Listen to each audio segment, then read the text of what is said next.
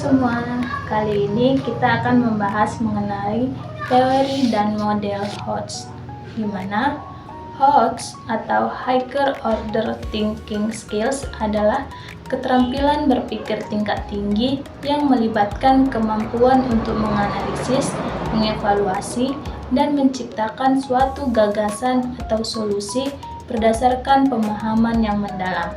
HOTS menuntut peserta didik untuk berpikir kritis, kreatif, dan memecahkan masalah secara logis. Selanjutnya, teori-teori yang mendasari pengembangan HOTS yaitu 1. Taksonomi Bloom atau revisi Anderson dan Cradworth mengklasifikasikan kemampuan berpikir menjadi 4 tingkat. Yang pertama, mengingat atau remembering. Yang kedua, memahami atau understanding. Yang ketiga, menerapkan atau applying. Yang keempat, menganalisis atau analyzing. Yang kelima, mengevaluasi atau evaluating. Yang keenam, menciptakan atau creating. Kedua, teori konstruktivisme menyatakan bahwa siswa membangun pengetahuannya sendiri melalui pengalaman dan interaksi dengan lingkungan.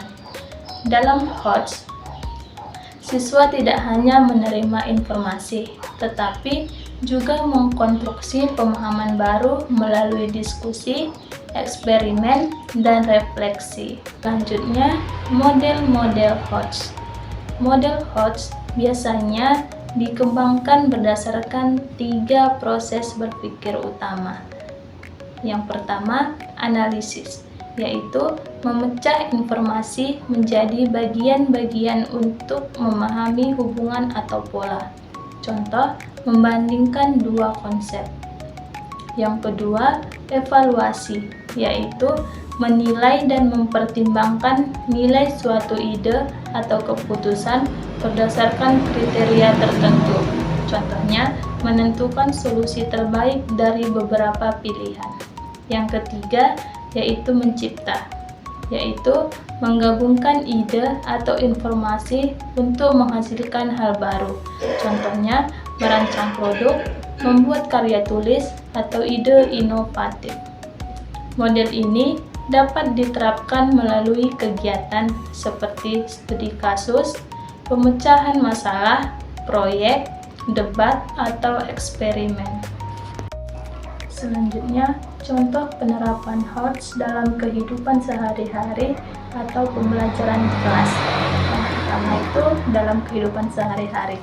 Seorang siswa memperhatikan bahwa lingkungan di sekitar rumahnya sering kotor karena sampah berserakan.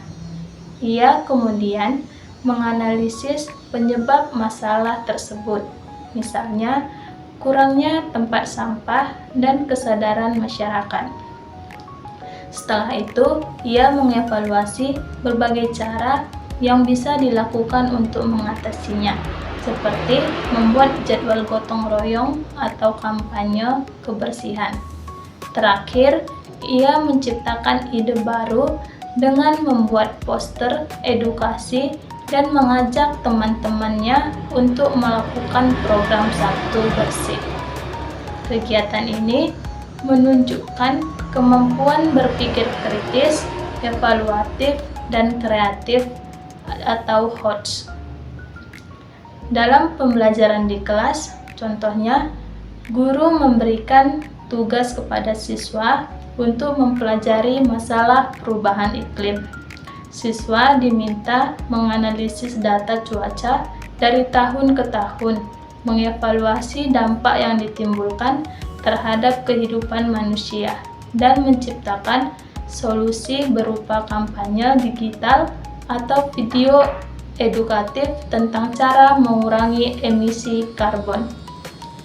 Melalui kegiatan ini, siswa tidak hanya mengingat fakta, tetapi juga berpikir mendalam, menilai informasi, dan menghasilkan ide baru. Jadi kesimpulannya yaitu HOTS atau Higher Order Thinking Skills merupakan kemampuan berpikir tingkat tinggi yang melatih siswa untuk tidak hanya menghafal atau memahami informasi, tetapi juga mampu menganalisis, mengevaluasi, dan menciptakan sesuatu berdasarkan pengetahuan yang dimiliki. Pengembangan Hodge didukung oleh teori-teori seperti taksonomi dan konstruktivisme yang menekankan pentingnya peran aktif siswa dalam membangun pengetahuan. Melalui penerapan model Hodge, siswa diajak untuk berpikir kritis, logis, dan kreatif dalam memecahkan masalah.